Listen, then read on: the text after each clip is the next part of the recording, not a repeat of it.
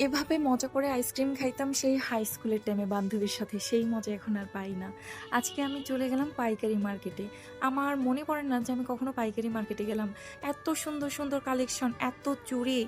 আমরা nail polish খুঁজতেছিলাম। কোনটা আমরা নেব? এই ২ টা মোটামুটি পছন্দ হইছে। এগুলো কখনো আমরা হাতে দেইনি, যার জন্য কনফিউজড। এই যে আরো কত শত আপুরা আসছে। এই সবাই এখান থেকে নিয়ে ব্যবসা করে। ভালো। আমরা একটু ঘুরে, ঘুরে দেখলাম। এই যে জড়ি-টড়িগুলা এগুলা একসময় বাসর ঘরে ব্যবহার করতো না মানুষ? এখানে সবকিছু পাওয়া যায়, ঘরের আইটেম থেকে সব। এই আংটিটা আমি ৳৫০ কিনলাম। এই দেখো আইফোন, আমার কপালে নাই কিন্তু এই আইফোনের একটা আয়না। দোকানদার ছিল না যার জন্য আমি কিনতে পারিনি। এই যে নেইল পলিশ পরে, পরে আমরা দেখতেছিলাম কোনটা ভালো হবে। আবার আমরা ব্যাক করে চলে আসলাম কেনাকাটার পরে। ওয়েদারটা সেই সুন্দর ছিল, ঠান্ডা, এই ঠান্ডা। ওয়েদারে রিক্সায় ঘুরে বেড়াতে সেই মজা লাগে। আমার মতো কে, কে রিক্সায় ঘুরো?